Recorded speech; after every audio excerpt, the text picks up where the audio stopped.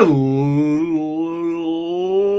everyone, and welcome to the Never Open Podcast, the podcast open to everyone, especially motherfucking RoboCop. My name is Luke. I'm your host of the Never Open Podcast, and with me, as always, is Mr. Andy Guy. Say hello, Mr. Andy.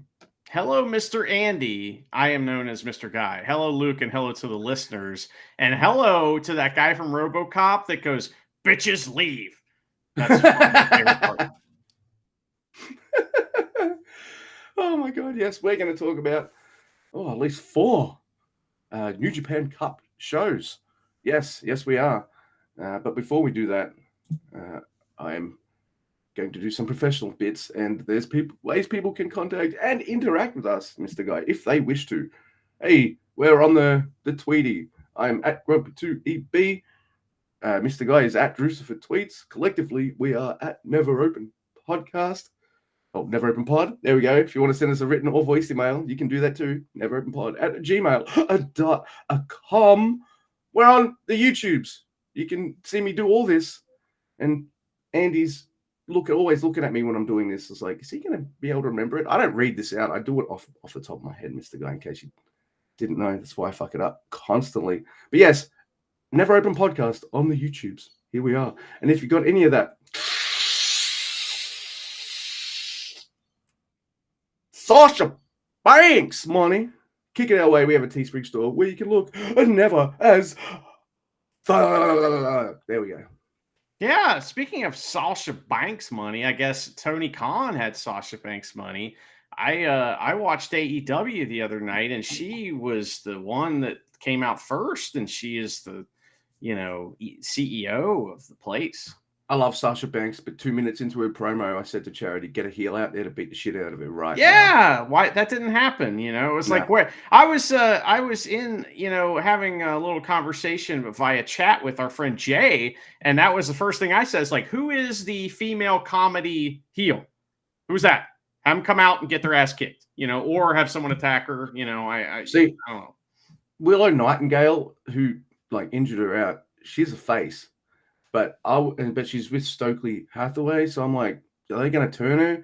That main event of that show would have been a perfect time because she was wrestling Riho, beat the shit out of Riho like a monster, use a chain or something because Stokely's been trying to introduce that shit. Oh yeah, and then have Sasha try to do a save and have Willow beat the shit out of it because story there. Instead, they look like they might be friends or something. I'm like, come on, man, I could write this in my sleep.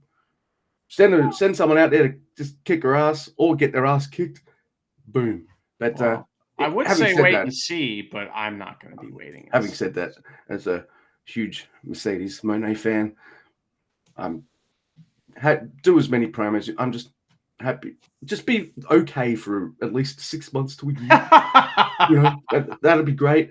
Charity was like, hey, I thought she was injured at Stardom and stuff. I was like, yeah, she did Stardom dates, but trust me, they can't afford her long term. There's no way that's happening. They don't have Sasha Banks money. They just don't have that. But apparently AEW does. And they also have Okada money. And Okada debuted in the AEW this week, too. He is a bad guy. It's been a couple weeks now, but they've done it right. They've put him with the asshole Bucks. And they've taken my vision of how I see Okada and how I've seen him for years. And he's there right on the screen. A fucking douchebag heel. He did a 3-way tag on one of the shows with the Bucks and 3 jobbers. He didn't even tag the Bucks in. He just beat the shit out of all 3 by himself. I'm like, yes. And he looked like a smug douchebag the whole time. And then on the last Big Business or something, like one of the Bucks kicks Eddie in the nuts straight into a Rainmaker. Boom. I'm like, that's the Okada I kind of want to see. Holy shit. Wow. Expect to be on any sort of Okada train after he left New Japan, but here we are. You're going to finally buy a Rainmaker t-shirt? Nah, that's the thing about Okada as well. He's always had shit t-shirts. Yeah, his merch is trash. It is trash. It's like Yoshihashi merch. Hey, how about a black t-shirt, Mr. Okada, and the black t-shirt has your fucking dollar bill, whatever bill you. I feel like that's out there. That's the only good one then. Well, I watched a little bit of that. I don't remember exactly what I watched because I was paying attention. very closely, but sometimes I forget when I'm paying attention so closely. That's the reason. But I thought it looked great, and backstage segments was absolutely terrible. But I think they're all terrible, so that's just my opinion. Luke, what do you think of the huge announcement that the Stank Belts are making their triumphant return to New Japan? Well, I feel like I'm the only one who's been asking, hey, New Japan, where are your Stank Belts? Where are they? Stank Belts? Like, sometimes I'll even go in the chat, like, any word on them Stank Belts? And everyone must be like, shut the fuck up about the Stank Belts. No one cares, Luke. Yeah. Well, somebody else cared. At least one other person. Because they made the end. So, because, there's upcoming Taiwan show in April, and they're going to have a tournament for the whole show for the Stank Belts. Like, that's a little more than I anticipated, but like a whole one-night Stank Belt tournament, but it's going to be fun. Good way to get a bunch of people on the card, right? Bushi's going to crack a tantrum if he doesn't win it. He loves the Stank Belts. Yeah, he does. He does love them. Well, thank you for asking. I am very excited for the Stank Belt returning. No, I wish they would have just gone away. If this is just, something that's going to show up every once in a while, then go away for a couple months, that's fine. Or if it's just going to be what it was before, that's fine too. There's lots of teams that could, get the stank on them. So anyway, which, by the way, if you're a new listener, the Stank Belts are the 6-man Never Championship belts with, I think one of my biggest issues with those belts is they have the word never on them. If they didn't, I don't think I'd have as much vitriol towards them, and care as little as I do about them, because it's like they're not never as fuck. What do they think they're doing? No.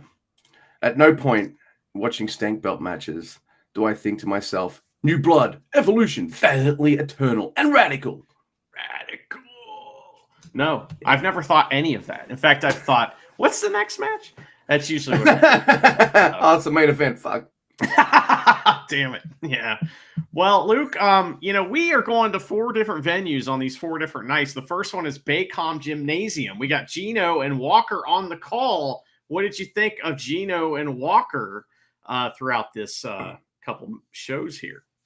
I think as the shows are going on, that they're progressively getting a better feel for what kind of jokes work with each other and what they can bounce off each other and what kind of falls flat. So by like, I'm not saying anything's really falling specifically flat. I mean, but a couple. But as the shows go on, their chemistry is building. It's really fun.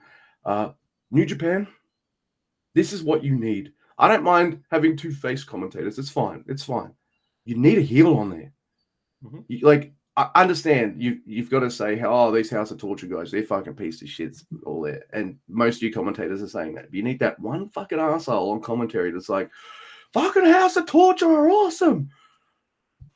It's adding to the matches. So, and I got to give Walker Texas Stewart some big props on these shows, because something that he's getting really good at is the stuff in between the matches. Like, he's hitting the post, man. Like, the person who just won the match, he's talking about what just happened. And then he'll say, and coming up next, boom, their music stops. It goes silent for a second. We hear the next person get announced. It's like they are like becoming a well-oiled machine in the little things like that too. So it's been really fun. And I really think that some of Gino's commentary has added so much. I am just head over heels happy with him being back. So it's been big.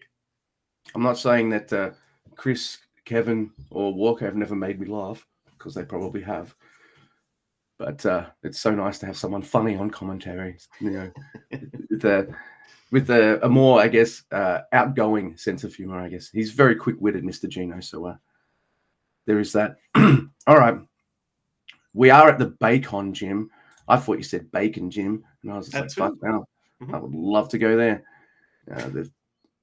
What's that? You go to the Bacon Gym? Like, what does that even mean? You work out? Yeah. Pigs. Mind you, I'm doing riptails with piglets because I'm not that strong. You know that the thing where they have the sledgehammer and they hit the tire? You're just hitting pigs. Wait, did you say sledgehammer or sledgeham? Ooh, I want to be your sledgehammer. All right, I'm gonna stop doing that, and I'll take this opening match bullet for you because it is the Fisherman, Hiroki Goto and Yoshihashi with Tomoaki Honma, yay, versus Kenta, Chase Owens, and Taiji Ishimori. I like you get the Fisherman set Chase up to take a Kokeshi and it fails. So I'm just laughing my ass off. Man, Honma, there's your first mistake. Trust in fucking Goto. Maybe he can do it. Just don't do the hip toss thing. He'll forget. But Yoshihashi's never going to be in position to set that up for you. That's like, I wanted Ishimori to pin Goto again. That was in my fantasy dream. But man, when they got in there, I was like, oh, here we go. there's a fucking someone mentions dolls, and Walker's like, do they sell Gino dolls? And Gino's like, of course they do. People stick pins in them. I'm fucking laughing. This match it's fine. There's a feed on the ropes by Kenta to pin Honma. That's right. That's so funny. Cheating to pin Honma. That's so funny. So. You don't need to do that. Yeah, no, he knows. But he's being an asshole. Next, Luke, we have Doki, Yuya Uemura, and Sonata, which are just 3 guys, versus Ishii, Yano, and Taguchi. Taguchi's he's just in chaos now, I guess, which is disappointing. I'm disappointed in him. But Doki and Taguchi, they do junior stuff, and it's great. And Sonata outsmarts Yano and puts it in the Paradise Lock. Taguchi drop toe holds him into Yano, all right? Or Sonata drop holds Taguchi into Yano, and then Ishii trash talks Sonata. Yuya arm drags everybody for a good reaction, and we get some fun stuff from Ishii and the Heat Storm. Sonata helps Taguchi. He nopes Taguchi, but Taguchi definitely lands on his feet. And then Sonata just pins Taguchi with some move. Yes, indeed. By the way, there's a teeny tiny little grab on the tights with Sonata at the end there of that match too. Yano fucking with Doki is illegal, so get the fuck out of that. Next we have Tongaloa, Hikuleo, and Jado versus David Finlay, Gabriel Kidd, and Gato. Walker says Tongaloa is one of his faves on the roster. That's really good commentary. It's complete bullshit, but it's his job to put dudes over. Well done, man. I can preview match too. Yeah, I can appreciate man's doing his job. See, Kevin might just be like, he's fucking shit, blah blah blah. Yeah, you gotta do this stuff. I understand. Putting Walker over more than Tongaloa, don't worry. Hikuleo goes for a double choke slam, and you think like, oh man, he's just gonna fail this. No, he just conks Finlay and Gabriel Kidd's heads together. Finlay takes shitty lower offense, and the commentators try and put it over. Is what it looks like. Tongaloa then does the worst double spear I've ever seen on Finlay and Gabe. Tongaloa's stalling suplex on Gato is not bad. Yeah. This was the one where New Japan fucking posted this finish, right, to Twitter, and Tongaloa falls down while he's doing the like Kamagoye. Oh my god, yes. I mean, even like Kenny Omega was talking about that. That was god. This is so this is the fucking match, dude. So normally if I see a GIF or something from a show I haven't caught up on and stuff, I might get annoyed, but Ian usually sends one that aren't very spoilery or they're for Tongaloa matches, so who gives a shit? And I see this GIF and I start crying. I'm laughing so hard, I'm crying. Like, I've got tears streaming down my face. Charity, look at this. Charity's laughing too. We're both fucking crying. I'm still crying. Well, Charity's like, all right, settle the fuck down. And then I for some reason, hadn't read who sent this yet. And I'm like, New Japan World sent this. I'm like, what? So I start fucking crying all over again. And what it is, dear listener, is after this stalling suplex on Gato, which is not bad, mind you, out of all the people on that side, he's probably the easiest one to stalling suplex on that team, Mr. Lower. You're supposed to be jacked. I never see you stalling suplex someone like Kid or something. Like, come on, man. He's like the biggest weak dude I've ever seen. You don't see him do power moves that often. Ain't nobody realer. So yeah. Anyway, the finish is, well, it's that It's that Tongaloa Kamigoya, everyone. But now it has a name. I'll tell you the name in just a second, everyone. It nearly opened the show, but Robocop Doki is better. Gato is going to get Kamigoya'd instead of getting kneed in the face. Tongaloa stumbles and knees Gato in the chest and falls on top of him and pins him for 3. And Walker, over the top of it, is like, "It's the sacrifice knee!" Sacrifice.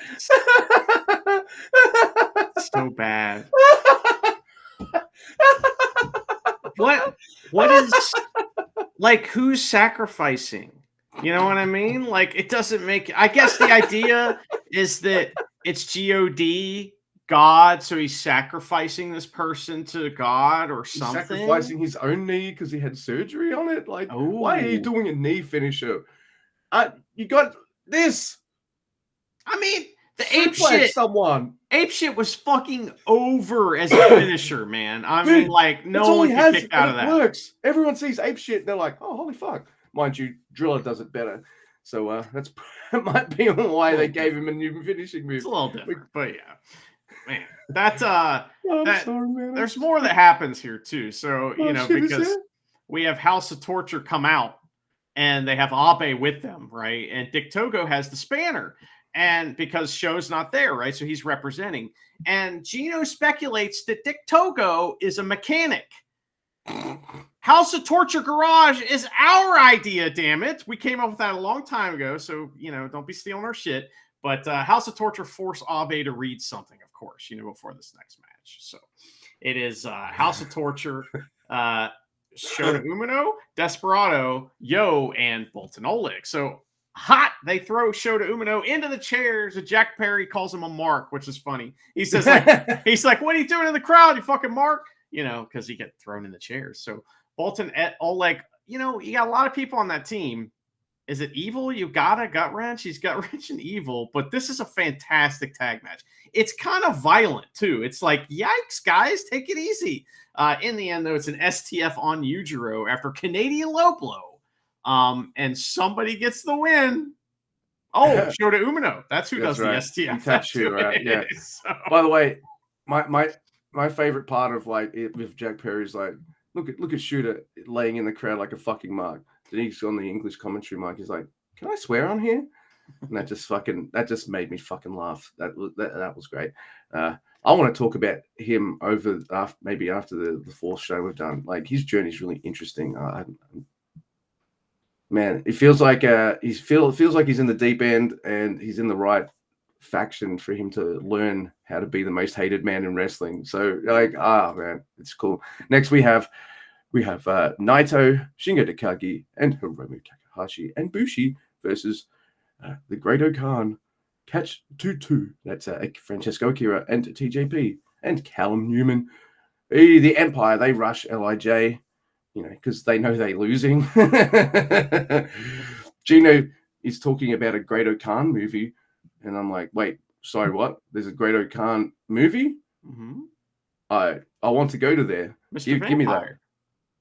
Yes, I know. Is that what he was talking about, or did Great Khan actually appear in a movie? I don't fucking know. I bet you he plays some kind of badass businessman gangster dude that someone is in a club. They rock up to the club to talk to him, and Great Khan sitting in the VIP thing. It's fucking like 20 women surrounding him. Yeah, or he's just an anime mark in the movie. That would be funny, right? How about both? I like seeing Great Khan doing a stalling throw suplex on Naito, which is cool. So, has him up in the stalling position, then just chucks him. Callum's flip out of Shingo's German was about as smooth as it fucking gets. Really nice. Akira does this cool sweeping leg takedown on Hiromu as well. And, I should have mentioned at the start of the match, Bushi rocking the pink. Yeah, see many wrestlers rock the pink, at least in New Japan, that much anymore. It's heat in America. If you go to an indie and the guy's got pink on, he's a fucking heel for sure. So, really? Oh yeah. Well, I don't know. It's not a color I'd wear, but I like seeing it in wrestling. I got a pink shirt. I got pink undies too, because I'm a heel.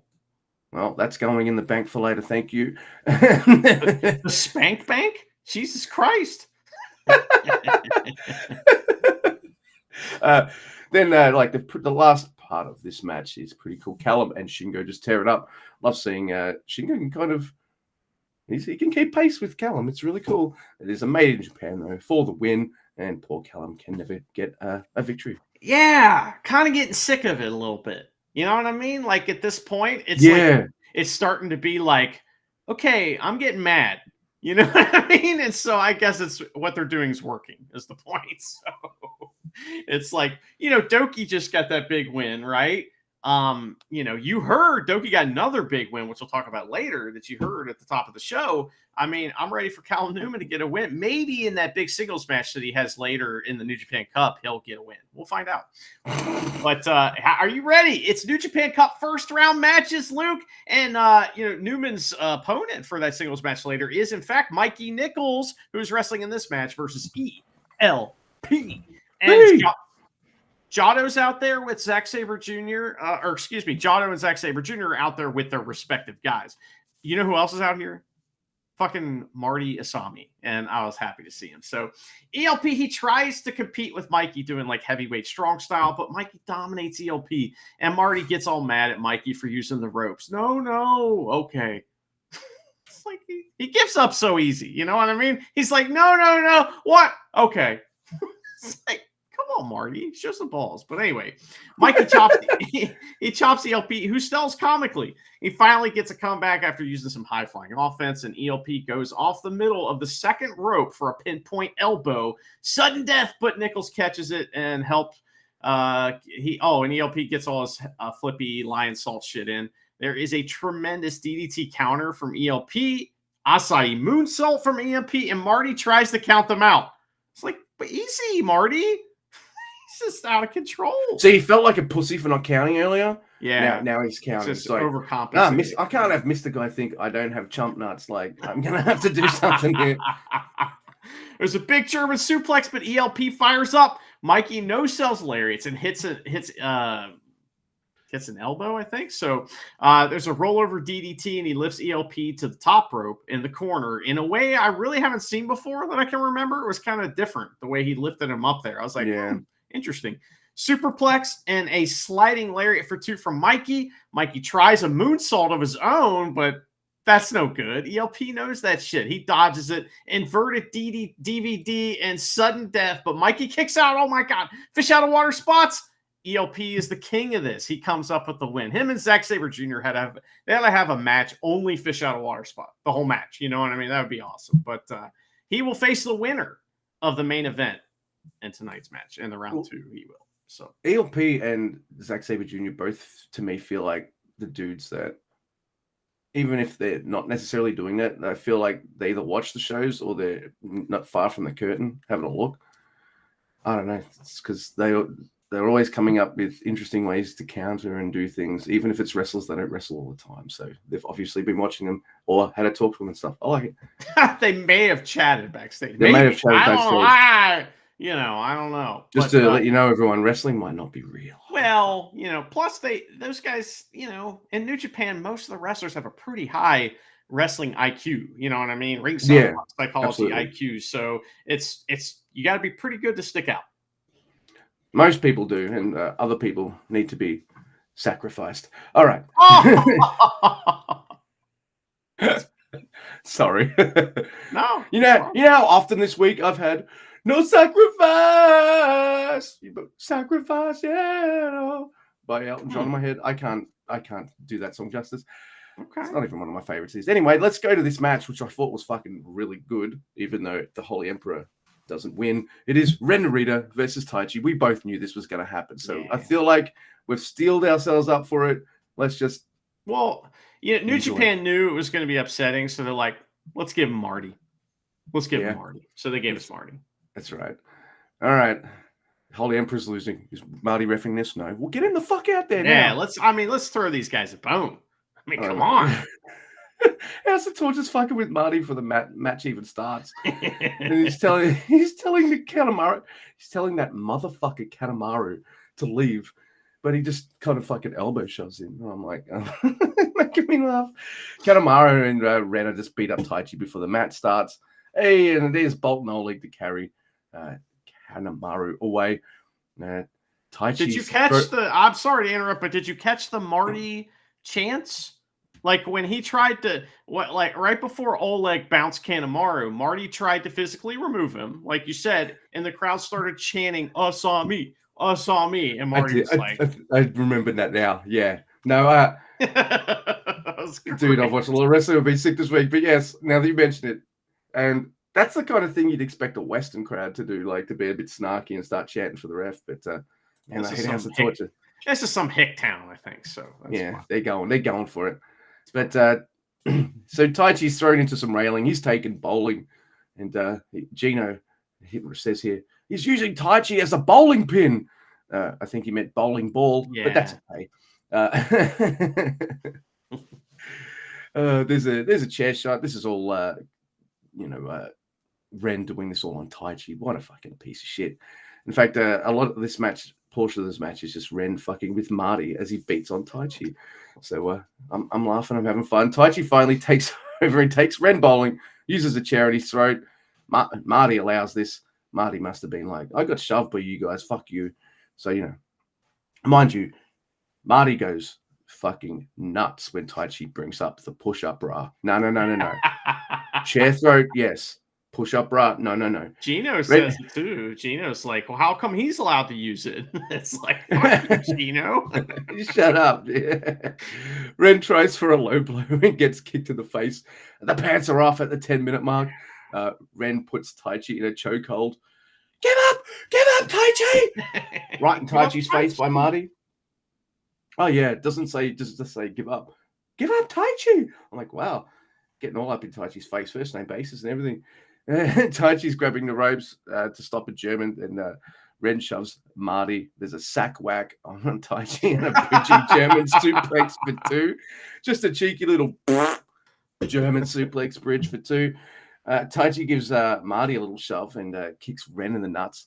Then, you got to expect that House of Torture is going to come and do this shit. Togo's distracting as Ren taps out, and Gino's like, he isn't tapping out. He's firing back with punches. Fantastic.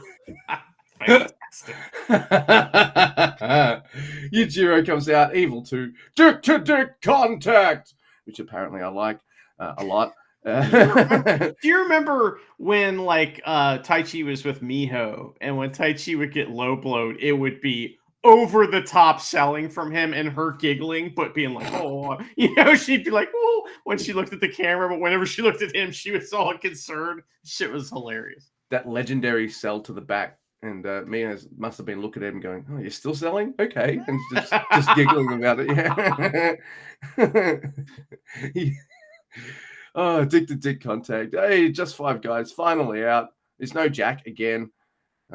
They correct this over time. I think Jack gets the memo away. You don't go home yet. House of Torture are on all night. If House of Torture are on, if they've got a main event, you're there for it.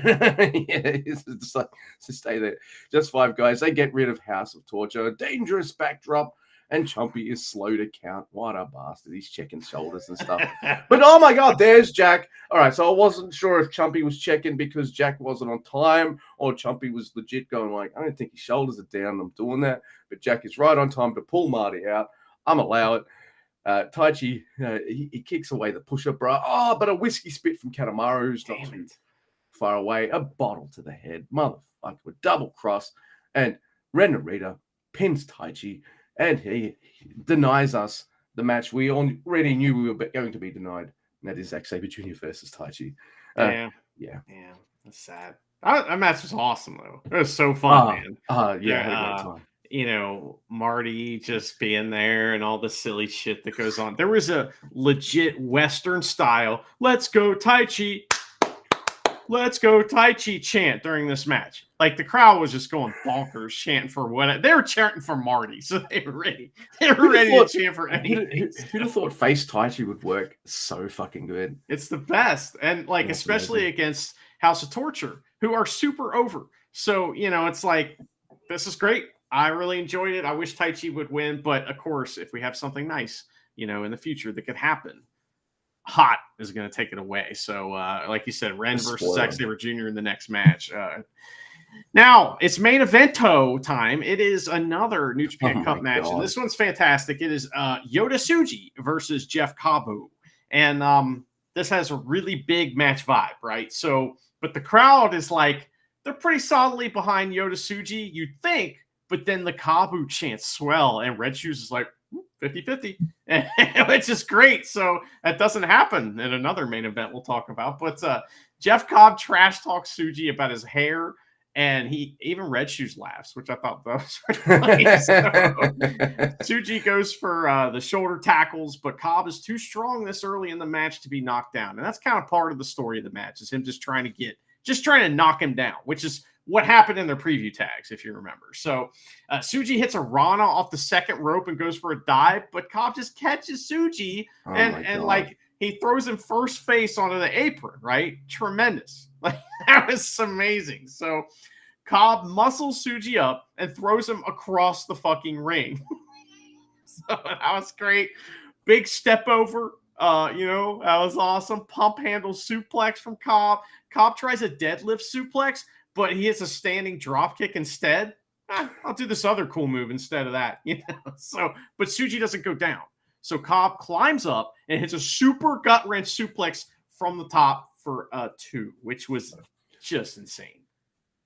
This match is fucking never as fuck. This is like, I saw these two and I'm like, oh my God. Big meat slapping match. Oh. After that super gut wrench suplex, Cobb calls Tsuji a young lion and challenges him to strikes. So, but there's a curb stop counter in the corner, and Tsuji has some hope here. He fires up, counters a pop up for pop up something with a Rana. He hits a big dive, and the crowd's all fucking fired up, man. Tsuji gets the shoulder tackle finally that he wanted at the beginning of the match. Boom, vertical suplex, and Yota Tsuji gives us a Doki, after hitting a vertical suplex, which is great. And Cobb's nose is exploded, and so it's bleeding. Oh yeah. So Cobb blocks a curb stomp by basically doing a push-up, which I thought was pretty funny. I was like, push-up, bro? But no, just regular push-up, So, so Booyah spot time. They both get all on fire during this exchange, and it's slow and it builds, and then it's awesome. And Tsuji counters and gets the curb stomp finally that he wanted earlier. Cobb talks shit, and he gets a flatliner from Tsuji for a double down, and then there's a huge Uranagi from Cobb. Oh my God. And he followed up with that ground lariat thing that we were seeing him do like a couple months ago. So that was neat, Yeah. Then goes for the moonsault, but he misses that, right? And Tsuji tries a running curb stomp, dodges, and then here's the moonsault. So just tremendous sequences here. So that was awesome. We get strike counters, and finally Tsuji knocks Cobb to his knees with a strike, roll through counter to the spear, and Cobb hits a razor's edge all in one smooth motion. You're going to spear me? No, I'm going to catch you. Roll over, razor's edge, boom. What? That's just fucking gnarly, dude. Like, I reran. Yeah, not sure I watched this live or not, but either way, I went back and watched a couple of spots of this, and that was one of them, because fucking gnarly. Oh my God. It was nuts. So Cobb Who wins this match? Cobb lines up for a spear of his own. He's going to blast some jeans. But he runs into a big knee, and it looks nasty. And so, but he fires up, spin cycle for 2, F5000 for 2, big lariat from Cobb. He lines up for the spear again, and Gene blasts Tsuji out of his goddamn shoes. It was awesome. So that he gets a near fall there, and the crowd starts stomping their feet. It's like, oh man. So Ripcord Rainmaker set up for the tour, but Tsuji hits a vicious headbutt, a running stomp to Cobb's face, double springboard, top rope curb stomp, and Orange Crush for 2 from Tsuji. So is this the first time we've seen him do this? I think so, yeah. Can you describe it for folks? It's insane. The Orange Crush? No, the double springboard top rope curb stomp. Maybe you didn't notice that. Oh, fuck. Yeah. I feel like, not to get too ahead of myself, but I feel like this match and maybe Tsuji's next match, he's mixing it up with those curb stomps and pulling them out from every direction. It doesn't even matter if you're looking up, looking down, on like bent over on the outside. It doesn't matter. They all look. Curb stomps to me look dangerous. that's probably why they look so good. And for him to fucking do this fucking on some dude's fucking head, I'm just like, man, if you can make that look good and that wrestler's all right, fuck, Yeah. man, that's kudos, because those curb stomps there's two ways you do. I see those really good, and that was too good, and it freaked me out. Don't do that ever again. They look like shit every once in a while, you know. Yeah. I mean, if Yujiro's taking one, you know. So, Oh, Lord. but yeah, that move was like wow, and that has kind of like, as we talked about many times, that like character development in the pro wrestling ring for New Japan Pro wrestlers a lot of times involves adding or subtracting or building on moves. And so here we've got, you know, addition and building on another move that he's kind of perfected in other ways. It just adds a lot to Suji's character, and it's something that we see again later on. So I mean, it's just fantastic. I love that. So then Suji blasts Cobb right in the jeans, and he gets the win. Tremendous main event, and maybe the best New Japan Cup match so far. Maybe one of Suji's best matches so far, but he's going to face the winner of Zack Sabre Jr. and Ren Narita. This is huge for Yoda. Like, I understand. Like, I wouldn't have been mad if Cobb won, because we get more tournament Cobb, and tournament Cobb is one of the best things you can watch, right? But to beat Cobb in a tournament is fucking huge. So that's a feather in Yoda Tsuji's cap. And it's not going to hurt Cobb that much anyway. And Cobb's got the whole, oh, this empire is crumbling, or whatever stories that's going on right now. So, man, I love this match. It's never as fuck. These guys throw each other around. They come up, as you said. It's not enough for Yoda Tsuji to have a moveset. He's got to be put in positions where, I have to modify this way of doing this portion of the moves, and now I have to do it from this angle. It's the kind of wrestling Yoshihashi could never do, you know. And I like the guy, but you know, his wrestling IQ maybe not quite as high as Yoda Tsuji's. Anyway, I like the big lug. You know, it's Peter Sevy. No, so yes, that match was fucking amazing. And Yoda Tsuji hasn't finished having bangers this tournament. I swear to God. That's true. That's true. What'd you All think right. of that night overall? I thought it was a great time. Really, really good show. No matches that really pissed me off. I thought ELP versus Mikey was all right. It was fine. You know, I'm interested to talk about another match he has late. Maybe not on this episode. Maybe on a future episode. But Luke, why don't I start this next one here? And we'll switch up if we need to. So New Japan Cup Night 5, right? It's at Ehime. And this venue is we've been there before. It's been a while, all right? And it's like one of those places that is a belly of the submarine type of place, but this one looks like the inside of a dishwasher. Like it's got a giant like spigot thing that goes across, like it looks like those little things that turn inside a car wash or a dishwasher. Damn, I want a House of Torture to hit someone with a giant dishwasher tablet or something now. That's right. Make them eat like the Tide Pod thing, you know. So anyway, well, you know, we also have, of course, Walker, Texas Stewart, Gino again on commentary here, and they start to get a little slap happy. You know what I mean? Start to get a little slap happy. Maybe it's pretty fun listening to them lose their minds over time. Yeah. So first couple of nights, professionalism is our job. Fifth night in a row.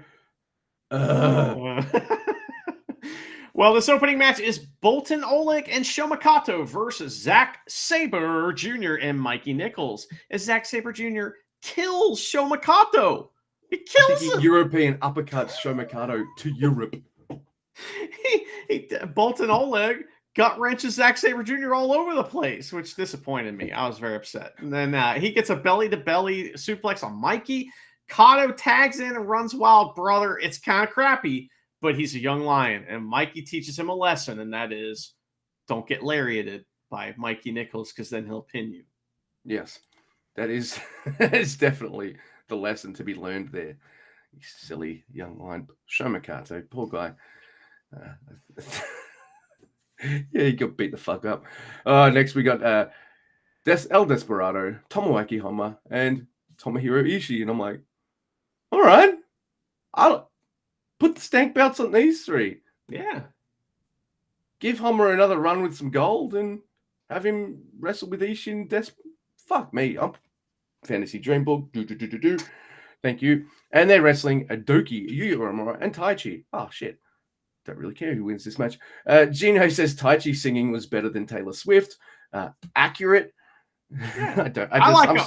I like them both, but I mean, look, yeah, maybe it's because like I'm 41 and my music tastes are pretty solidified at this point, but I don't understand her popularity at all. Luke, if you played any of her songs for me, I would have no idea what they are. You could play me something that was like a Reba McEntire song from 1980, and I'd be like, sure. Is this Shania Twain? Yeah, I remember her. Oh man. Yeah. My boss, right? I used to work at Hungry Jack's, which is the Australian version of Burger King. My fucking boss, some greasy 40-something-year-old.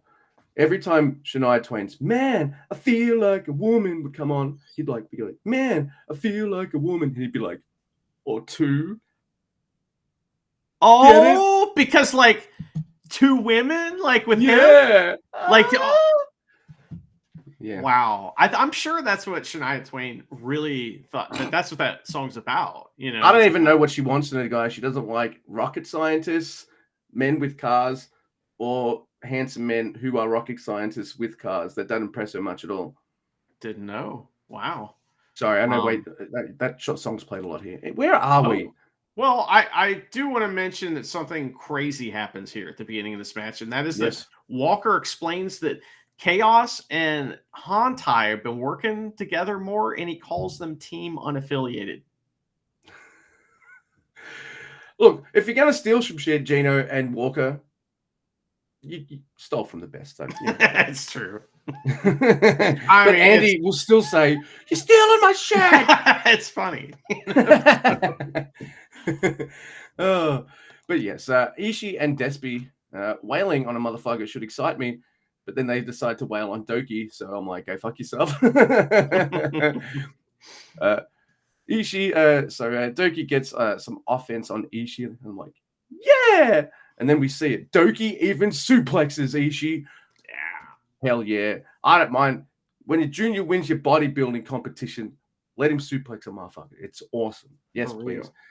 Oh my God. I like seeing you yourself for the Rocket Kokeshi. And I've mentioned this on the show, Mr. Guy and dear listeners, but I'll mention one thing. One of my, what's the opposite of a pet peeve?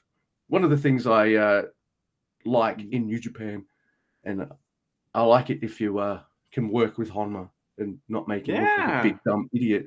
If you make him look dumb, I'm mad. You make him look good, I like you. Yuya does that, then hits him with a crossbody and, taps him out with an arm breaker. But hey, you're bumping for him. Good. Doki's getting a bit cocky after that one suplex and just fucking goes Ishii after the match. Gino was like, "Tag me in, brother." I also like that Taichi takes his pants off to the beat of the Just Five Guys theme again, but that's all that happens. We'll see if anything else is added to that as we go through. Speaking of the Just Five Guys theme, some previous match or the previous night, Walker in passing mentions he used to sing opera. Really? Come on, get the Just Five Guys lyrics off Chris. I want my opera. Just five guys. Hey, look, it's five guys. Yeah, that'd be great. I thought it was pretty funny that Doki's trying to fight Ishii. It is that he's getting cocky because he got that win, and he's like, "Oh, suplexed people. I do that. I'm going to do it to you. We'll see where he's going to get crushed, and it's great. I'm going to have to allow it because he did poke the bear. Next, Luke, we have Goto and Makabe versus Kenta and Chase Owens. Oh, interesting. This is basically like a tag team title match for Makabe. So Build Club, they beat the shit out of Goto and Makabe. Just beat the fuck out of him. It's a lot of fun. Goto fires up his old bones and he tags in Makabe. So somehow Bullet Club and Makabe fuck up the double clothesline. And it made me like, how? I have no idea how they did it, but they somehow fucked it up. It made me laugh so hard. And then Chase Owens, he whacks Makabe with the tag belt and Kenta pins him. Bullet Club kick Goto's motherfucking ass and hit him with the belt again after the match. And Fishermen are winning those belts at Sakura Genesis. I mean, it's happening. Becoming clear. So. Yeah. Dude, they're going to become the new record-holding tag champs. Like, I got a feeling. Real. I don't know, man. Like, and then retire. Mind you, it's a bit weird to me when I'm watching a fucking preview tag match. I'm like, does Makabe have more energy than Goto right now? I mean, did they run out of his favorite energy drink? Like, what's going on? Luke, everyone has more energy than Goto. He's so old. Exactly. Oh my goodness, yes. And next we have Jado, Shooter Umino, and Tongaloa. Man, so many tag matches. Good lord. Yeah, versus Gato, Gabriel Kidd, and Finlay.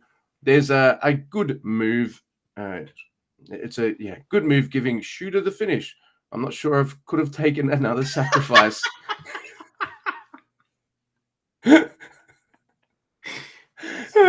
So Death Rider on Gato. This is a pretty good preview tag match as well.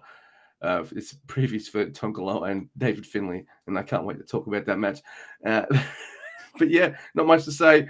What else can you say about Gato versus Jado? Like, there's nothing else to say, but a lot of this match is just Jado and Gato wrestling each other. Yes. You've seen it enough. I'm taking notes of that. Right. Next, we have Hot versus ELP. Yo, your favorite, Hikuleo and Taguchi. And Show comes out with Hot, but he gives a speech and he's still selling his injuries, you know. And so Taguchi calls the plays from the apron as Team Unaffiliated hit funky weapon hip attacks on Yujiro Pimpy. And ELP bullshits with Gino while House of Torture beat the fuck out of Yo, which is pretty fun.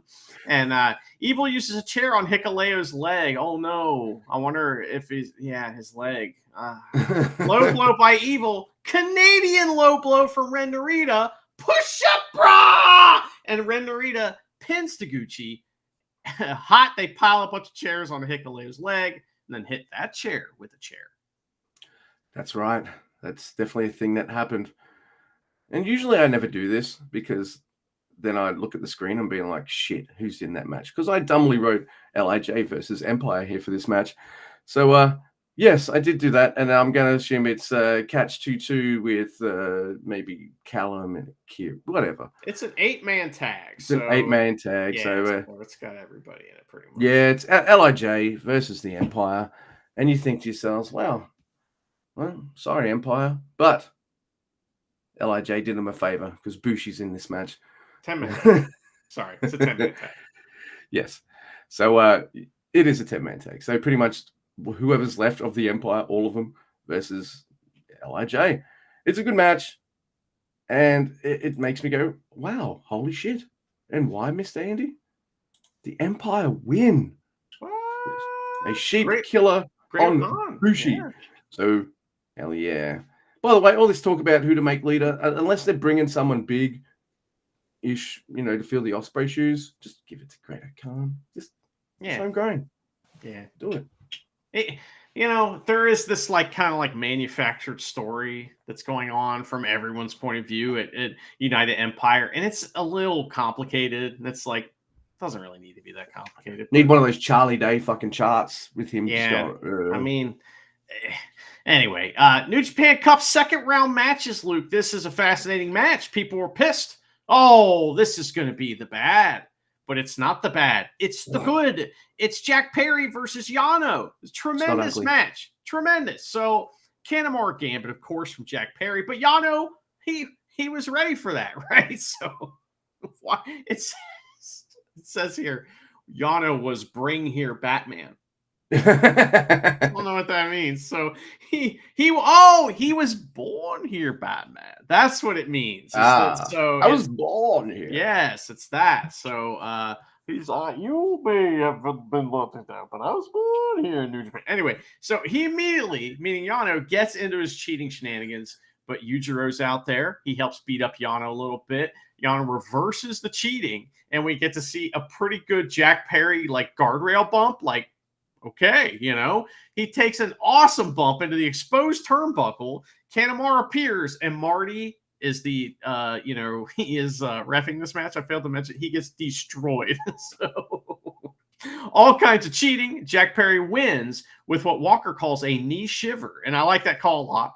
Jack Perry will face the winner of the next match, and I thought it was really fun. Yeah, I expected Jack Perry to win with nefarious cheating means. I wasn't disappointed. In fact, when someone has their first singles match against Yano, I'm like, ooh, what's this going to look like? And it was fun. It was nice. He's bumping around. He's doing the Yano things. Yeah. This kind of journey he's on, he's learning like every night. You can obviously see that, and just doing little things. I don't know. Didn't think I'd be so into it, but I guess you put him in House of Torture, and I'm like, well, yeah, there you go. All right, so I guess I've got the this match, which is it's a match.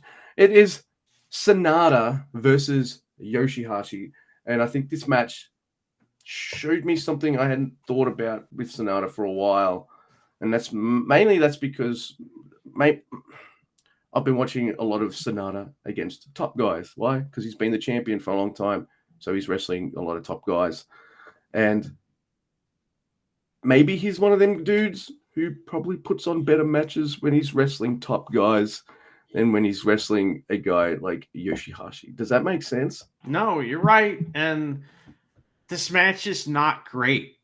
No. I'm not bored by it. It's not like unentertaining, but I am. It's flat. There's a flatness to this match that makes it kind of like besides the alignments are a little off too. Like, who do you fucking go for? Like the underdog Yoshihashi or the But I'll never cheer for Yoshihashi. No. So the match is fine. It's just I just couldn't get into it. Maybe it's because of that just kind of dull flatness that I felt. That's weird because I haven't really shit on Sanada for, well, over a while. It's been a while. It's for over a year. Don't worry, I'm not off the train, but maybe I've changed carriages. So, look, it's no surprise Sanada wins with what I think the dead thing that he does. What's it called? Dead leaf? Dead leaf drop. On the wind? Dead drop. Dead loft. Mm-hmm. Dead cops. What? I don't know what it's called. Dead leaves on the dirty ground. Like, what is it? Great song. Yeah. I think that this match has like a brutal pace to it. And it's like and it doesn't really ever get to where it needs to go. I think this night is the night that the exhaustion's starting to hit everybody. Yeah. And it's easily the most skippable night of the New Japan Cup that we've seen yet. And not saying that nights are very skippable to begin with, but this one is for sure. And nothing. I mean, Jack Perry versus Yano I like that a lot more than Sanada versus Yoshihashi. And what was weird, so Yoshihashi had a really good first round match, right? Yeah. But then this one, Like, I feel like Sanada maybe wanted to slow the pace down or whatever, but I feel like you need to keep Yoshihashi moving. You don't let him stand around and think and stuff. Just keep it moving around. That's fair. And it didn't have that. It was off. And I generally like both their matches, usually.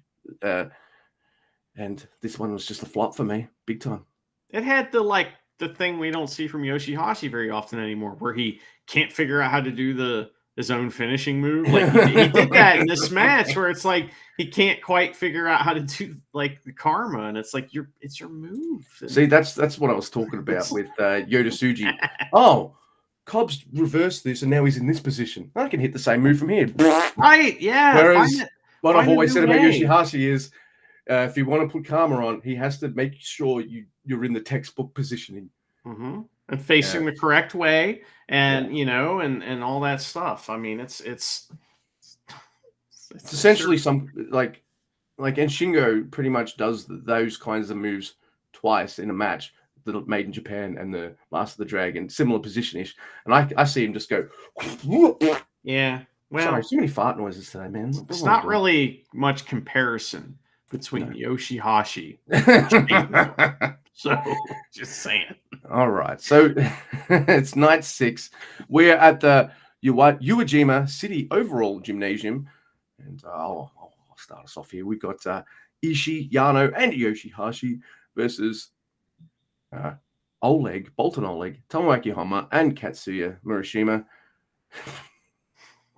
Murashima just gets blasted by Ishii, and Ishii just no-sells all his offense. And then there's pretty much a fuck you major brab on Murashima for the finish. Ishii just loves to like brab them like he's, oh my god. There's a part in this match where he's got the brabbage on, right? And fucking Hanma's supposed to save the day. So here he comes, gets in the ring, stands up, walks over there, and slowly like stops the brabbage. It's so funny. No urgency at all. No. But I thought Young Lion's got to learn to take man. the pain. That kid looked pretty good here, you know? Yeah. I don't know. I thought that was pretty good. He bumped for Ishii really well too. Like he just got fucking knocked out. Well, for some reason, we got Catch 2 versus Taguchi and Desperado. This would have been Wato. I know. See, this is why I don't know where, but I made a note somewhere that Desperado with Hontai doesn't make sense to me unless like Wato's with him to kind of like go, hey, welcome to our side. With Wato not being there, this just feels like Desperado's hanging with a whole bunch of people that are so uncool. He should just flip them off and go away. It's Wato's his entry. I miss Wato. Big cool thing about this match is that it's fun. And I mean, it's been a long time since we've seen a fun Catch 2 match, right? I mean, usually their matches are super intense and serious and all that shit, which I love them, but this was a nice break. So, you know, this is, I don't know, it's like they do all the like fast-paced junior shit, but a ton of comedy spots too. Like Desperado gets on board with the butt stuff and it's so fun. And he's like, yeah, let's do the butt stuff. I'm going to help you. And then they get lots of time. There's a cool spot where Akira stands up to Desperado and they have their history, right? Because last year in Best of Super Juniors, Desperado beat the like baby face out of Akira, you know what I mean? And like got him over huge. And Akira still lost that match and hasn't yet, you know, kind of like gotten revenge or avenged that loss, I don't think. So, so those two going at it was really fun, man. And there's a Total elimination on Taguchi, and TJP pinned him. I think it was him. Yes, I'm pretty sure you're right. Yeah. So I like the like this match has this really fun vibe, but then Akira gets in and there's Despy and he's like, "You motherfucker, you're a loser!" Right in his face, and I'm like, "Oh yeah." It's even though his alignment has changed, Akira will not forgive him. No, right, man. They better be in the same block. Oh my god! Or in the finals. I don't know. I want Akira or Doki this year, please. I'm ready. You want like a fucking? Can we just have 10 people in the finals? Maybe 11. Let's make it 11. Okay. There's a reason I don't book wrestling. Everybody. Everybody wins. It's Luke's participation wrestling. Everyone's got a title. Participation titles. Oh my goodness. All right. Where are we? We got Taiji, Sonata, and Yu Uemura versus Great Okan on the Cob and Callum Newman. I enjoy seeing Great Okan and Taiji slugging it out. It's always a good time. Great Okan does an ankle sit down on Taiji, which is kind of different. You know, sits on his leg in the ropes. They hate his leg. Yeah, they don't.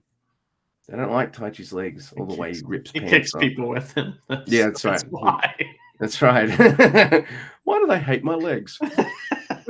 Roundhouse. Oh, now I remember. This is a really good fun match. But a deadbolt on Callum, and I'm like, stop it! I want Callum to win. Yeah. At least he lost to like somebody. But he. Like Sonata body slammed Jeff Cobb in that match, and it was like, and Gino was like, "Oh, it's just like WrestleMania." I don't know. I don't know if he said WrestleMania, but he said it's the only thing anyone remembers from that one show. It wasn't WrestleMania 3 shit. I don't know. I probably not as shit as you think, you know, or maybe even shitter. You never really know until you go back and watch. Well, I know it doesn't have a classic Death Island match, so it can go fuck itself. Let's see here. So next, my It's Mikey and Zack Sabre Jr. Yes, versus Bushi and Yota Tsuji. Yota Tsuji. Okay, yes, I didn't write that part down for some reason. So this is pretty fun. We get the preview stuff, right? So Zack Sabre Jr. and Tsuji, they do like the whole World of Sports sequence. It's like, wow, because they're both huge. So they're doing that shit. They do all the wacky holds, all kinds of shit. Don't know if I've seen before. You know, it's like, wow. And so, but eventually Zack Sabre Jr. makes Bushi tap out. It's a tremendous match. And Tsuji wants a match with Zack Sabre Jr. You know, they're going to have this match maybe. So they do a bunch of reversals after the match, just like they're Okada and Naito. Yep. My first note, Zack Sabre Jr. and Yota Tsuji have amazing chemistry. I need this match. We're not getting it, but I do need it. So maybe somewhere down the future, put them both in the same block of the G1. And Mikey Nichols shows you how to do a stalling suplex. Does he do it on the smallest guy in the match? No, he does it on Yota Tsuji. Yeah. Come on. That's how it's done. Anyway, next up, we have Hikuleo, ELP, Makabe and Yo tagging together. Aww. Fucking hell. And Shooter Umino versus I can't do it, man. My throat's been a bit shit. Evil, Ren Narita, that complete douchebag, Yoshinobu Kanemaru, Yujiro Takahashi, and Jack Perry. Show comes out. He's fine. Even grumpily goes over and rips up a couple fan signs. Then he talks shit on the mic, and he goes and joins commentary. And Gino is just like me, surprised that Walker Texas Stewart doesn't know what a fucking Mandarin is. I don't understand that. But did you also hear where, like, Queensland? Where's that at? And Queensland. All right, so we got Victoria, New South Wales, Queensland. So Queensland is the top of Australia. And you live in Victoria, right? So yes. This is like slang, or it's slurs against Queenslanders, because Gino says that the word hick in Japanese is pronounced Queenslander. Which I thought was funny. I didn't catch that. That is funny. All right. So yeah, I'm like, does Walker not know what Mandarins are? I don't get that. Yeah. It's like we had a whole conversation about this. Yeah. So. Do you have Satsumas? Do you call them that instead? Anyway, there's a Makabe spot that I kind of actually liked. What? Everybody in a House of Torches in the corners. Everyone gets to do the Makabe punch. The chef's kiss on it would have been if everyone had gone ha ha ha at the same time. But that doesn't happen. But still, you know, the four corner post. You think Makabe was like, okay, we could do this, but no laugh. You want the laugh? You'll have to pay me to use it. That's right. In fact, you'll owe me 20 for the corner punches. Get out of here. 20 burgers. I will gladly give you the laugh today for 20 burgers next Tuesday. So, and then from the corners, they Irish whip everyone, because I think there was one House of Torture guy in the middle because it's a 5-on-5, and then they kind of like Irish whip him into the middle guy, and I'm like, all right, they're having a bit of fun with this match. Like, this is great. House of Torture then do one of the best abdominal chain stretches that I've seen. So the ab stretch starts. Jack Perry's involved. You know, starts going back. Shows on commentary, and usually it's illegal for the commentator to be like, you know, doing stuff, but it's House of Torture. They ain't give that back, man. Yeah. Yeah. So show gets involved, and then you hear, just wait here a second, Walker. And motherfucking Gino Gambino grabs the other part of grabs Show on the other side, and then makes this ab stretch even bigger. And then what makes me laugh is he didn't have to. I don't think he had to do this, but it just added to it for me. Like, after that spot's let go and everyone falls back, Gino makes sure to give Walker a friendly little whack, you know, just a bump. Nice little bump on his way. He bumped Walker, and it took out the audio for a while in their monitors. He fucking went over there, grabbed Show's hand for a second. It just bumped over to the American, the English commentary, and it was classic shit. It was amazing. I'm not even sure the other House of Torture boys realized he was going to do it, but they kind of went along with it anyway. And they're like, all right. And I reckon they'll remember that and be like, all right, if he's around, we can probably use him for a little spot or two. Because like House of Torture use everything in their environment. It's true. It's true. So it's either that or the backstage they were like, don't go into business for yourself anymore. So yeah, don't you ever do that again. But no, I thought it added to the spot. I thought it was I loved it. Fun. I thought it was so funny, man. And it's all done to Yo, which makes it even more awesome for me. That's true. And then the match cheers me up even more because there's an Everything is Evil on Makabe for the 3. Wow. Yes! That's like, there's another tag match later that we'll be talking about that I think might be the greatest tag match of all time, but that one was pretty good, man. Yeah. That one was pretty good. So next week we have LIJ versus Bullet Club. It's Gabe Kidd, Kenta, and Ishimori versus 3 guys from LIJ. And Marty Asami is here. And Gabe Kidd, I got a quote from him. Shut the fuck up. Fuck you. Fuck EMA. And fuck you. I'm a madman, you know. So he and Shingo start out at this match, and they get into all kinds of never shit. It's tremendous. And Naito tags in, but Gabe Kidd is he's wise to Naito's shit a little bit. So it's somebody's birthday on this night too. I'm not sure whose birthday it is. Yeah, it's Kenta's birthday. That's right. So he slams Naito face first on the apron, which is good times. There's a pop-up reverse low blow from Ishimori, and he pins Hiromu with a Superman pin. That was funny.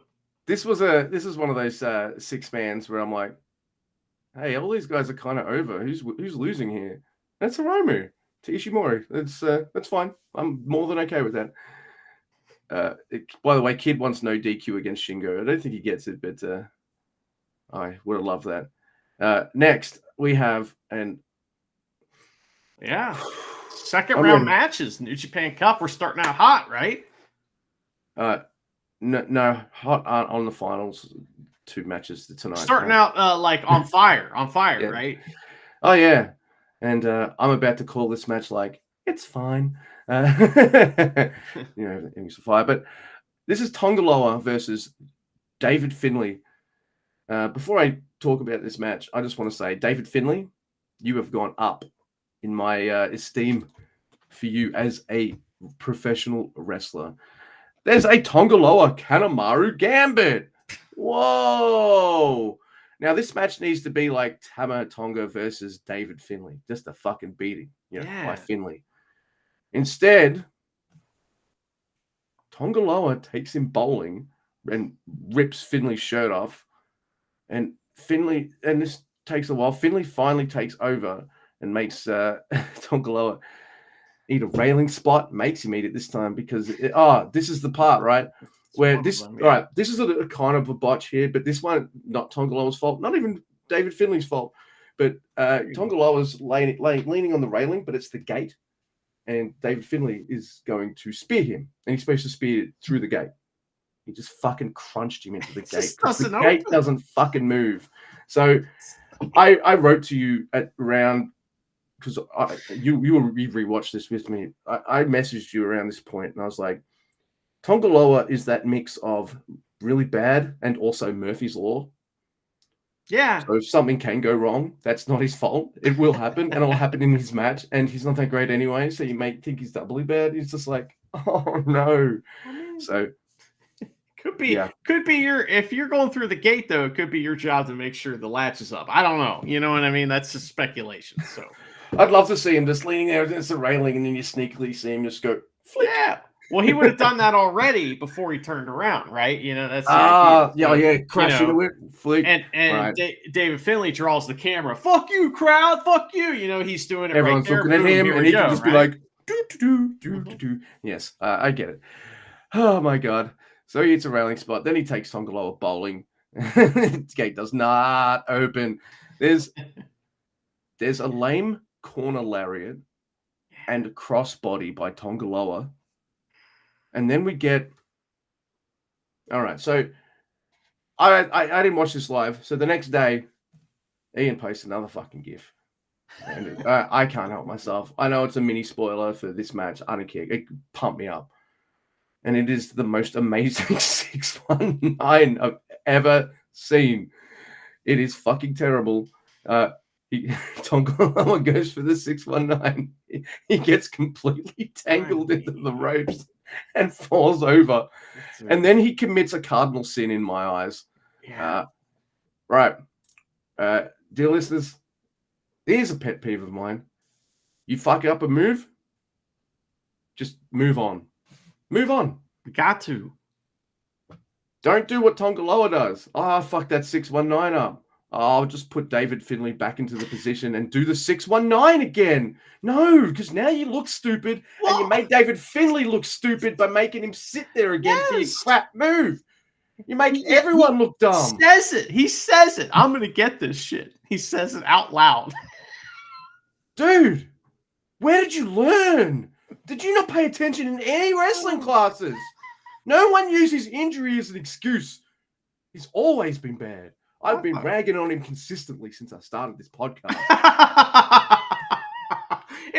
But I think that you've helped me with this, right? Because I used to get like mad and be like, oh, so what's this guy doing here?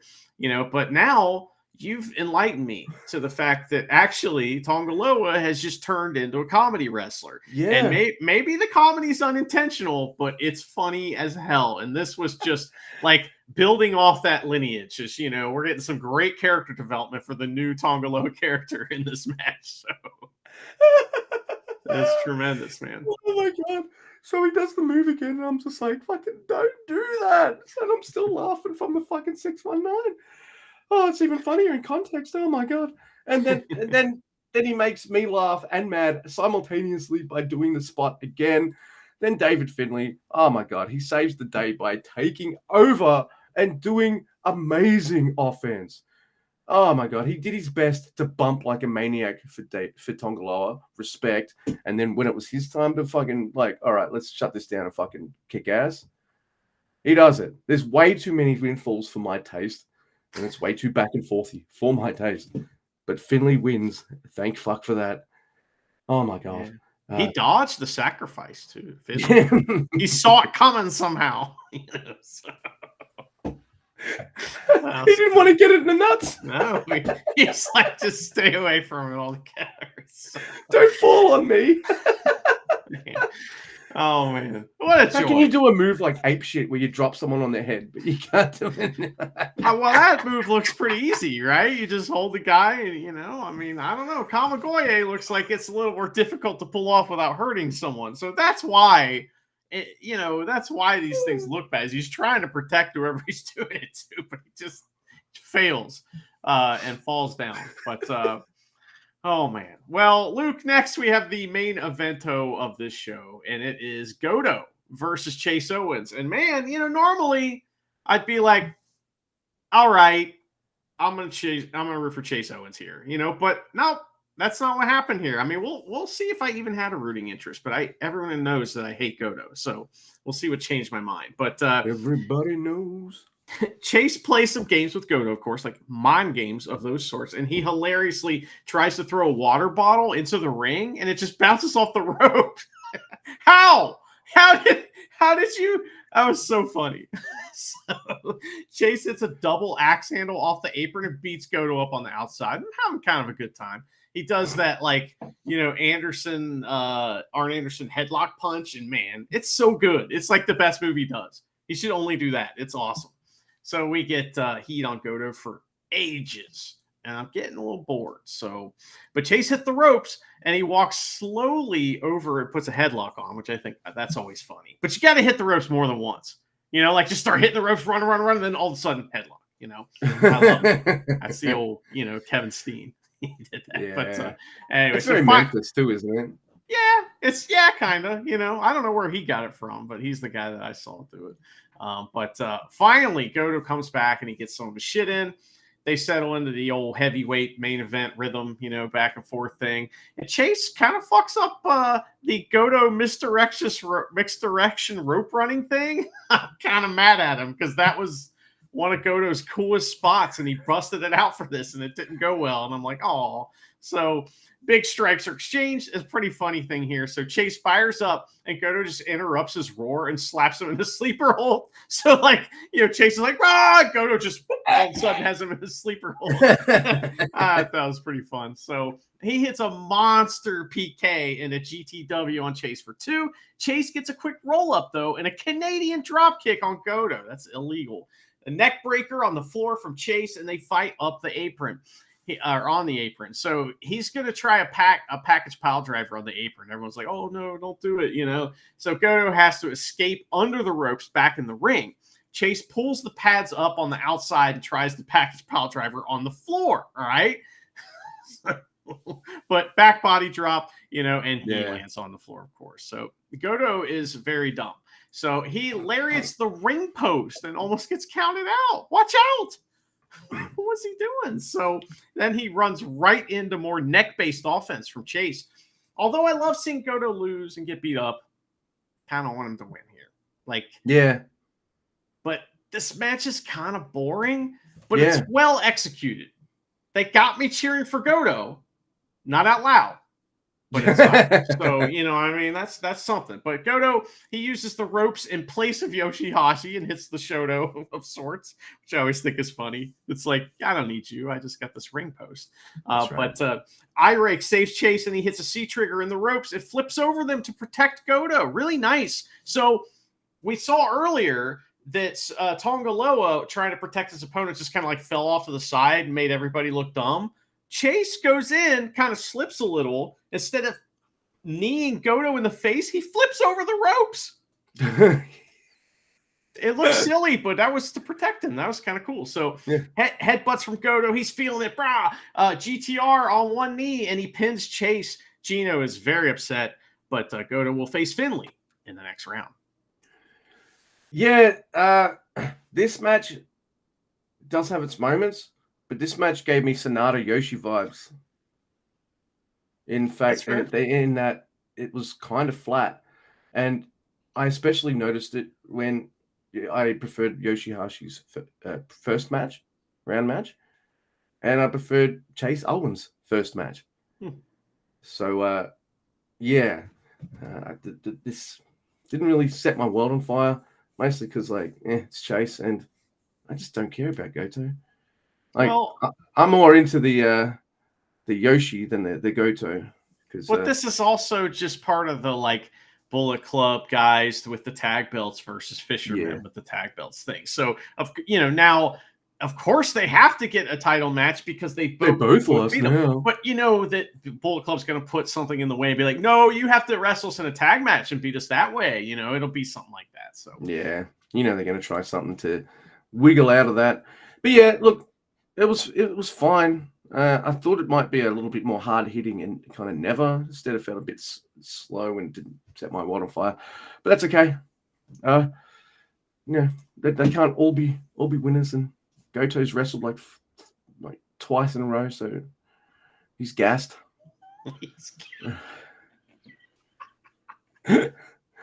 He would never turn heel and join House of Torture. You mean what? I have to be out for the second match, then come out for the third match? No. There's no way I'm doing that. I can't go from here to the hotel and back and make all those things. I mean, he doesn't have all the time in the world. He has to spend some time in saunas. So, I mean, that's right. I'm just saying. Oh, you want to see a Goto in a sauna match? Dick contact. All right, I'll stop. It's night 7, Okayama Zip Arena. And we're starting off with Toru Yano and Tomoaki Honma versus Great-O-Khan on the Cobb. So you know what this means. Great-O-Khan and Cobb, they beat up Yano for ages. Then Honma, but Honma causes Great-O-Khan to hit Cobb. Oh, and he gets that DDT other thing on both and Bulldog on both. Yay. Rocket Kikeshi on Great-O-Khan for 2. Oh, that's pretty cool. But no, Sheep Killer on Honma for the win. I thought it was going to be another tour. Because 2 people go on more tours than anyone. Well, And they got to that's heat up Okan by having him beat Hanma. So, big deal. Next, look, we have Fisherman and Ishii versus Catch 22 and Newman. Stank Belt Challenger teams, maybe? So, Newman and Akira beat up Goto. Good times. So, United Empire are heels in this match. Maybe not in this match, actually, as it goes along. It's kind of like all situational, but even within the match, it's situational at times. So TJP seems to have reverted back to his normal state. Like he goes back to the red eyes again the next night, but I don't think he had him in this night. And he seemed very like the old TJP. And I was like, oh, I'm into this. Door drums on Newman. Mm. All right. You're starting. It's too much now. You know what I mean? So now I'm changing my mind that Chaos are the heels in this match. So Ishii challenges Akira, and like he's not angry. He's just disappointed when Akira's chops have no effect. You know, that was really funny. But Ishii and TJP do a bunch of really great reversal wrestling. Newman and Yoshihashi wrestle, and Yoshihashi screws up like 3 times, but Newman saves it every time. Newman hits some like 6 strikes at the end of the match, but Chaos are dicks, and all of them team up on Newman. Shoto and Yo pins him. So United Empire are real mad that they lost. And Gino rightly calls out that this match has to do with the 6-man stank belt turning. Yeah. Here's another reason to like a bit of Callum, picking up the saves there and keeping the match flowing. So give him some fucking W's, god damn it. Next we got Ryusuke Taguchi and Shota Umino versus that fucking motherfucker Yoshinobu Kanemaru and Jack Perry. Man, I'm enjoying this. This is a wild tag team for me. Yoshinobu Kanemaru and Jack Perry. Wrestling can be anything. Like, it sure man. can. Anyone so or cool. anything, you might say. Yeah. Want to learn how to be a complete son of a bitch, asshole piece of shit? Tag with Kanemaru. Yes, exactly. This is a lot of fun. I really like it. You get the glass jaw knee strike is, I think, the name I picked up for it on this night. I like and that. Jack pins Taguchi. Yeah, I think it's pretty cool. Yeah, I like that match a lot. Now, listen, I know that like we are trying to zip through these tag matches, but this one, Luke, what we have next is maybe one of the most enjoyable pro wrestling viewing experiences I've had ever. I love this. Now, let me paint a picture for you here. And this is that I am at a car lot place where I'm getting my oil changed, right? And it's a nice place. It's where I bought my car. It's a big, like, dealership.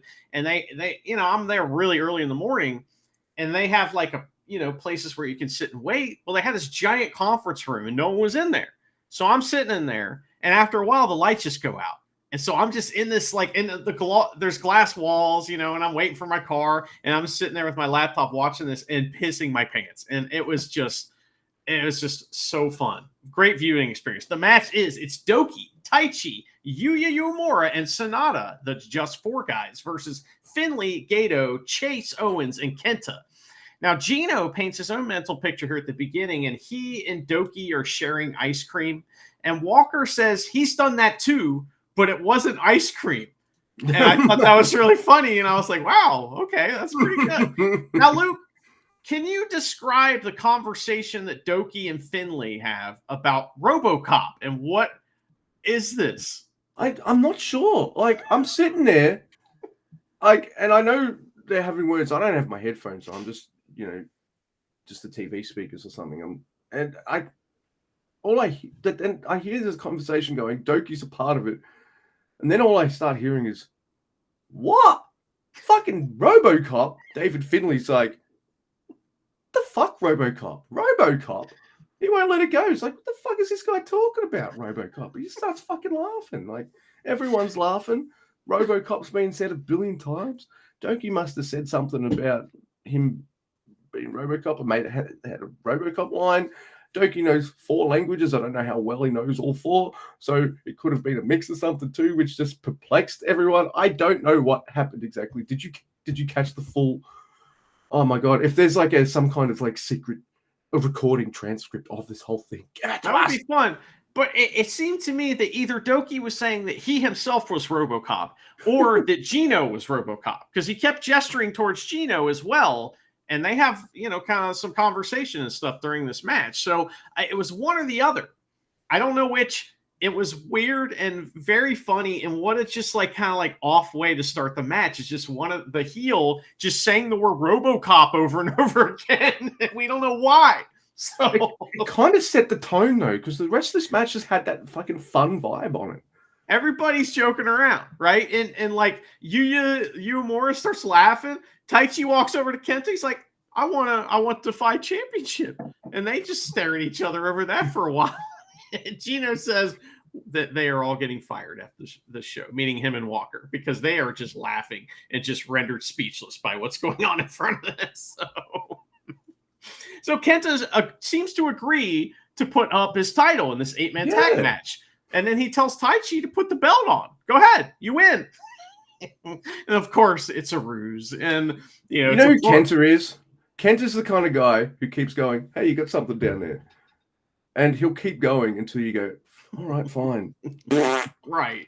It's a poorly veiled Kanemaru Gambit, of course. Yeah. And Gato hits Taichi in the leg with the ring bell hammer. Motherfucker, that used to be Taichi's gimmick, you son of a bitch. Fuck you.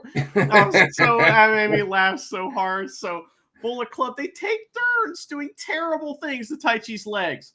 And it's just one in particular. And it's despicable. But man, I'm having a good old time watching this. So, oh man. So Sonata, he puts Chase in the Paradise Lock while he screams, no, no, no. Like Chase is screaming that like he's jumping. It's funny. So Chase tries it on him later, and that's also kind of funny. We get eye rakes and Doki and Walker. What does he says? So Gato eye rakes Doki, and Walker's call is, Gato, not a fan of RoboCop. Which made me laugh pretty hard. So. And finally, here it comes. We get a really brief Doki Choki, right? But it's just, and Gino starts to freak out, but he leaves it in the tank a little bit because it's really short, right? Just 4 boots, and Doki hits us with a fucking yeah! And I was like, yes! I'm sitting in this fucking room. It's dark. There's people walking around everywhere through these glass walls, and I'm just freaking out going, yeah! Yeah, so Doki Choki again, and on Gato. Gato taps out, and Gino loses his mind, and it is like one of the funniest things ever. He gets gassed out post-match. Finley body slams a young lion for no reason. Everyone argues and trash talks calmly after the match, and Taichi takes his pants off, and Doki does a fucking backflip off the ropes as the commentary sing random shit over the Just 5 Guys theme. No opera though, so I'm a bit disappointed. But yeah, these guys must all be pretty tired, and they're probably all mates backstage, and they just, for some reason, the Doki says something stupid, and just the tension's lifted, and they just have fucking fun for like 10-15 minutes, and it just translates so well. That was a fucking riot. I loved it. And then to top it off, you got Gino losing his mind that Doki's won. It's we amazing. Did it. We did it. Yeah, we did it. Gino even says, "Oh, I need a cigarette after that." And then it's great too, because Doki points at him after the match. We did it, and that's when Gino was saying, "We did it, you and I." Yeah. RoboCop, us. Oh my god! Awesome. Oh, I'd buy that for $1. All right, so that was good. Next we have Mike. By the way, Yuya gives the fucking tag titles a look, and I'm just like, get out of there. All right, him and Taichi. Yeah, I'd be into that. Be into that a little more than Fisherman for like the 4th fucking time, but anyway. Hey, I said fuck Fisherman. Yeah, just that's right. In general. I don't have much notes for this next match. It is Mikey Nichols and Zack Sabre Jr. versus Yujiro Takahashi and Ren Narita. This is fine. Zack Sabre Jr. taps out Yujiro. Yeah, I'm still coming down and laughing from the previous match. This is all right. It's push up, brah. He's in this match, but Zack Sabre Jr. easily dodged it. Just whoop. Yep. That was fun. Yujiro also bit Zack Sabre Jr.'s foot in that match, and that was disgusting. So, but maybe we are to think that Ren Narita is going to need some new cheating tactics to beat Zack Sabre Jr. You know, that's kind of what it seemed like. But well, for me, it seems like Zack Sabre Jr. is fucked because only Mikey Nichols is there. Maybe they should fly in the rest. Where's others? Yes. Hey, Robbie Eagles, I love you. Get your ass to Japan. He's too busy getting booked in Australia, he's too busy man. Getting booked like a man. Yeah. Every weekend, you know. Yep. So next, Luke, Chumpy arrives, and I'm happy to see him. But the match is Tongaloa, ELP, ELD, and Makabe versus LIJ. Holy shit, that's a mouthful. But El Desperado and Tsuji have a cheer off, and it's fairly even, you know. So El Desperado and ELP hit a bunch of atomic drops on Naito, and Naito has to take like shitty strikes from Tongaloa. Not good, man. You know. But also, there's like this added element. Every time I'm watching Naito wrestle, I don't want to say this out loud, but I have to say it. It's my duty as a podcaster to tell you what I'm thinking, and that is that, man, be careful. It's like everything's riding on Naito right now, you know. It's like, God, be careful, dude. I think they're priming him for that one big-ish run, and they only had to wait until he's falling apart. Keep him warm. Yeah, just keep him warm. That's all we need to do with these matches. Yes. So, but Naito goes for El Desperado's mask, and I love Hiromu's Mota! That gimmick is awesome, man. Sorry, that's the Offspring song. Oh, okay. I don't know that. Mota! Well, anyway, he like fucking yells that at the crowd after he does moves. I like it. Anyway. I like it too. Walker Texas Stewart does a great call. He's keeping it. He's done it again. And El Desperado hits a spine buster. Spine on the pine! Love that. So that was great. And he even says like, the next night, he's like, "Oh, like Arn Anderson's spine on the pine." That's pretty good. So, anyway, we get some sweet preview shit between Tsuji and El Desperado, or El Phantasmos, that one. And this is a really fantastic match. Makabe even gets the double clothesline, but he also gets blasted out of his jeans and loses. Oh. See, I don't mind if Makabe does Makabe things as long as he's getting blasted or whatever finishing move is being done to him. Oh man! So here's something different from the previous two shows, Mr. Guy. There's two finals matches on tonight. I like both of them. Yeah. So yeah. And the first up, we have Hikuleo versus Evil. When my throat's better, I'll do it properly, maybe if I remember. Hey, Hikuleo paid attention in the one class that Tongaloa just never turns up for. That's leg selling class. Because he fucking sells his leg, see, and I think who's thrown into the railing? Either Evil's thrown into the railing or Hikuleo is, and it cracks Walker's phone. So Walker really? Shit, I didn't my catch phone's that. cracked. So I don't know if that's actually legit. There might be a photo of his cracked phone, like on the webs somewhere. I don't know, but he did mention that railing spot. Shit, my phone's cracked. Damn. So I hope it's just, hopefully it's just bullshit and he's just adding sauce to the fucking, railing spot. But yes, that would suck balls. Phone case. Yeah. Keeps it from happening. Yeah. So Hikuleo, he misses a big boot and Togo hits it with a chair. Hikuleo, he mounts some offense, but it's a lot of fuck your leg. Everyone's a junior compared to Hikuleo, so, fuck his leg up. All a House of Torture is out. Hey, even Jack. Dick to dick contact. And Hikuleo, he fights off House of Torture, and there's a huge TKO on Evil. Am I blind? Does he do that move that often? No, I think that's supposed to be some kind of like self-gun stun. You know what I mean? Type of move, right? But it's a TKO. Like a TKO. Yeah, I mean, that's what it is. So, yep. And because he's really tall, it looks huge, and I actually kind of liked it. The bell is rung, but no, it's House of Torture being fucking assholes. The GOD people are all coming out to help. Purple Nurple on Jack Perry. That was funny. Yeah. A low blow on Kanemaru. Then Hikuleo helps him to hit there. So ELP hits a low blow on Kanemaru, then Hikuleo helps him do the moonsault down onto House of Torture. That's what there you go. Gorillas of Destiny and Co. I think Oleg might have been there as well. And maybe Homo or whatever. I can't remember. They all help get House of Torture the fuck out. There's a full Nelson slam by Hikuleo, which is pretty damn cool. I like that move.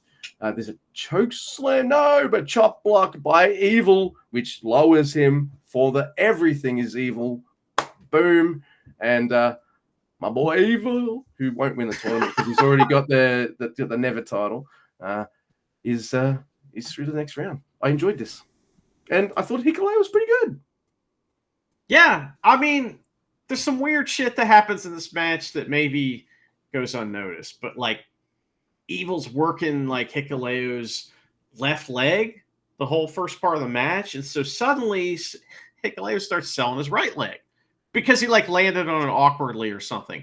And Marty even checks on him because it's like, hey, like, what's going on, you know? But it was just part of the match that they started working both legs. In fact, Dick Togo and Evil hit a double knee smash on the outside early in the match, which so there was like, it was kind of neat how they did that. And Marty was awesome. There was a big burial of Marty though, where like, Dick Togo had thrown Hikuleo back in the ring or something like that. And so Giotto, it's his turn to do it. But instead of distracting Marty, they just do it right in front of him, and then Marty gets bumped directly after that. It's like fucking, he get like that happens right in front of him. And he's like, okay. And then boom, he gets bumped. And it's like, man, poor guy. So that was pretty fun. I liked it a lot. You know what I mean? I kind of felt like the right person won and that's it. This next match is awesome. It's the main event. It's Gabe Kidd versus Shingo. And listen, I don't have a ton to say about this because it's like, I don't know. I'll get to it. So Kanemaru Gambit, of course, from, Gabe Kidd. He beats up Shingo all over the place, right? Trash talks on the mic and pops the crowd by saying, I love Japanese fans when like some giant heel walks by and is like, I'm going to fucking, kill you and your whole family. And they're like, ha, ha, ha, ha. They think it's so fun. It's great. I love it so much. I don't laugh when Archer does it, though. They hide their babies. It's true. Yeah. Where's that guy at? Who cares? Anyway, Shingo fights back, and we get some really fun Never shit on the outside. Now, back in the ring, the bell rings, and the match starts, right, with Shingo on top. Gabe Kidd takes it back to the outside and hits a big pile driver onto a pile of chairs. And that's insane.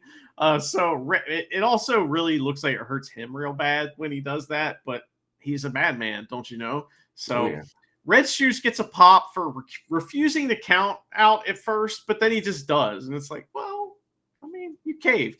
But we get the 2 count out spots back to back. Kid slaps the ever-loving shit out of Shingo. He's got that down, that big slap. And so Shingo starts firing up, though. Boom, another huge slap in the corner from Gabe Kidd. And finally, Shingo comes back, and he gets his big strikes. We have a headbutt battle, chop battle, lariat battle, suplex battle, running lariat battle, forearm battle, slaps. And then Gabe Kidd's on top, and he starts hitting shitty kicks on fucking Shingo, and that is not good. And so one of them spits on the other one. I think Gabe Kidd spits on him. Shingo hits a bunch of really nasty-looking lariats, made in Japan for 2, and that was awesome. Huge lariat and a jumping tombstone from Gabe Kidd for 2, backslide and a falling elbow for 2, and now Shingo's on fire. Pumping Bomber, Last the Dragon. He wins. He will face Evil in the next round. And we're down to 8 wrestlers. That was fantastic. Couldn't have put that better myself. This was never as fun. And I love it when an up-and-comer or someone kind of fresh can step up to these, bad motherfucking Never guys and just tear it up. So that's kind of my favorite shit, isn't it? Like, yeah. Tremendous. Yeah, Gabriel Kidd, oh my god, I love this man. He is awesome. From shifty heel young lion to this badass. Like, yeah, he'll do all the cheaty stuff and stuff too, but what he really wants to do is he wants to kick your ass and he wants you to kick his ass too, because he's not shying away from any of the bumps. He's a tough madman, you know. Oh man, I love this man. He's really good, and it's Shingo. He's the man. He's a beast. What? Just there you go. You had your kind of fun heel versus big man match, and then you had your fucking never match for the main event. What more could you want? Fucking awesome night. And then you had RoboCop tag. Come on. That was so awesome. Yeah. Well, Luke, so it is down to our next matches will be Sonata versus Jack Perry. We have David Finlay versus Goto, and Evil versus Shingo, and Yoda Tsuji versus Zack Sabre Jr. So who's it gonna win? Now we're not getting. Did you say we're gonna get Yoda Tsuji versus Zack? Because that's not happening. No, Ren Narita. There we go. I just like saying Zack Sabre Jr. Yeah, it is pretty fun. Sorry. It's better than Ren Narita. Out of this guy. Oh my goodness. Yeah, so they're pairing up. I think Tsuji versus Ren Narita. That's kind of like we haven't really seen that feud yet. That's two youths who have not really gone at it yet. Quite, isn't that right? I think so. They might have all been in the same block in the G1, but it still hasn't felt like this protracted feud thing. You're right. And maybe I'm just missing it because I wasn't really interested in Ren Narita until recently. But people are starting to like him, and they're starting to figure out that this has been working the whole time. And I don't know, that's pretty cool. I think Shingo versus Evil. I don't know who's going to win that. Are people still super mega pissed off with House of Torture, or have they? I think so. Yeah. All right, because I find they piss me off too, which is why I like them.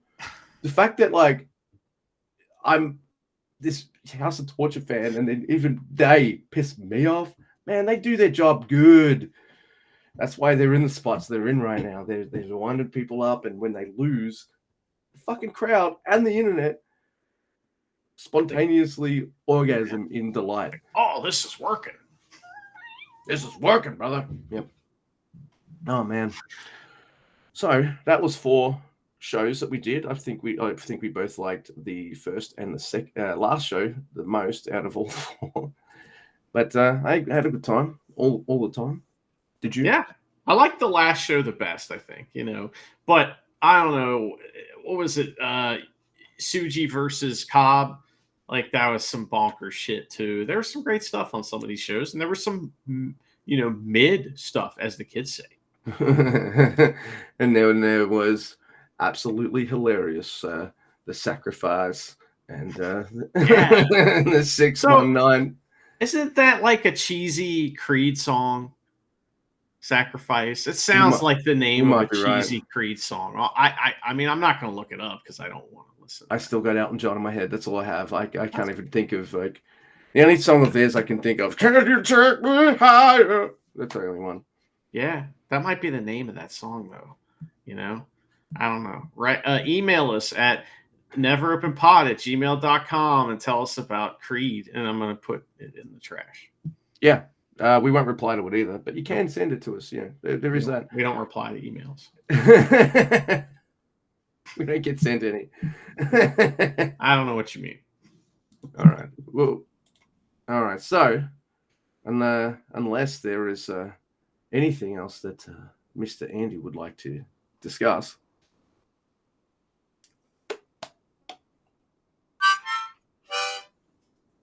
In